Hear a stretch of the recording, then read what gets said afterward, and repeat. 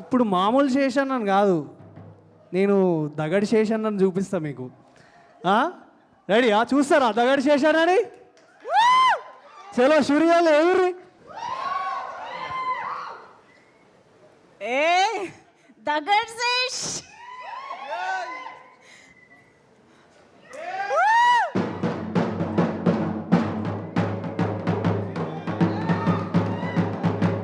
శేష్ గారు మీలోని మాస్ని, రొమాన్స్ని అన్నిటిని బయటికి తీసుకొస్తున్నారు వీళ్ళు. కొత్త స్క్రిప్టులు కూడా రాసేలాగా ఉన్నారు మీకోసం.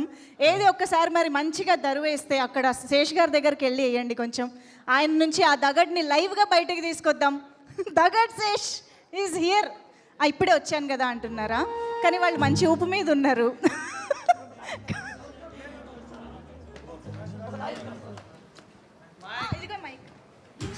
అన్నా నువ్వు చెప్పినట్టు సిన్సియర్గా ఇవన్నీ తీసేసిన మంచిగా బ్యాండ్ వేసుకొని కొడుతున్నా కదా అన్న.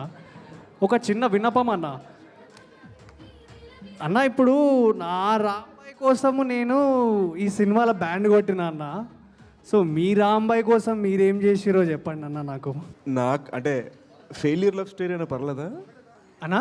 ఫెయిల్యూర్ లవ్ స్టోరీ అయినా పర్లేదు అంటే పర్లేదన్నా, పర్లేదన్నా, పర్లేదు. స్టోరీ అంటేనే ఫెయిల్యూర్. ఎంతమంది రాంబాయిలు ఉంటే అంతమంది రాంబాయిల స్టోరీలు చెప్పండి అన్న, పర్లేదు మేము వింటాం. ఒక్క రాంబాయి ఓకే డన్. సో నాకు 17 అప్పుడు నేను యూఎస్లో పెరిగా కాబట్టి మా పేరెంట్స్ చెప్పకుండా ఫ్లైట్ టికెట్ బుక్ చేసుకొని వేరే కంట్రీకి వెళ్ళిపోయా ఒక అమ్మాయి కోసం. ఓ కట్ చేస్తే ఆ అమ్మాయికి నా బర్త్డే పెళ్ళి అయిపోయింది. అయ్యా. సో సినిమాలో నువ్వు అలా అరిచినట్టుగా మధ్యలో కొంచెం నేను అరిచాను అనమాట. బట్ జరగాల్సింది జరిగింది.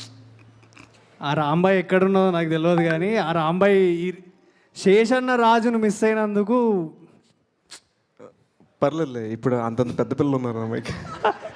So happy. అమ్మో పిల్లలు చూసుకోవడం మనవాళ్ళు కాదు.